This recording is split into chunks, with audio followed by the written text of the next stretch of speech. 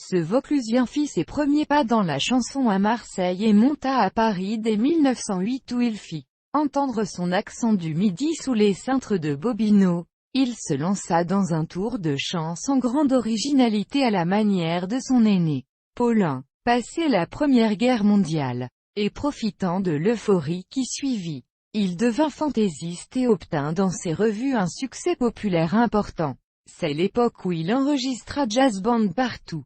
Tout s'accéléra en 1928, quand son beau-père, Vincent Scotto lui donna une chanson, Mon Paris, qui lui permet de révéler un authentique talent et un charme indéniable. Définitivement lancé, est devenu le méridional des méridionaux. Il fut demandé de partout, ce qui lui permit de jouer dans l'opérette Elle est à nous, en 1929, puis de poursuivre avec Au pays du soleil, 1932, à Rennes joyeuse et Troyes de la Marine, 1935. Désormais, il créa 2 opérettes ou films par an. Un de la Canebière, en 1936, fut suivi de Gangsters au Château d'If, de Titin des Martigues et Un soir à Marseille, en 1937. Puis il joua Le Roi des Galéjeurs, en 1938. Son rythme de création fut à peine ralenti au cours de la Seconde Guerre mondiale avec Ma Belle, Marseillaise, et Mélodie Fred Tutelier Marc Cab, 1940, Port du Soleil, 1941,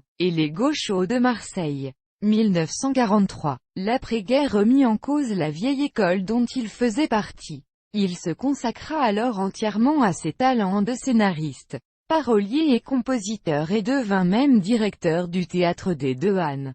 Il mourut en 1951. Âgé de 61 ans, il a été inhumé à Marseille, au cimetière Saint-Pierre, dans le carré où reposent Henri Bourrelli d'Irélis, Vincent Scotto, et Gabrielle Kerr dite Gabi Deslis.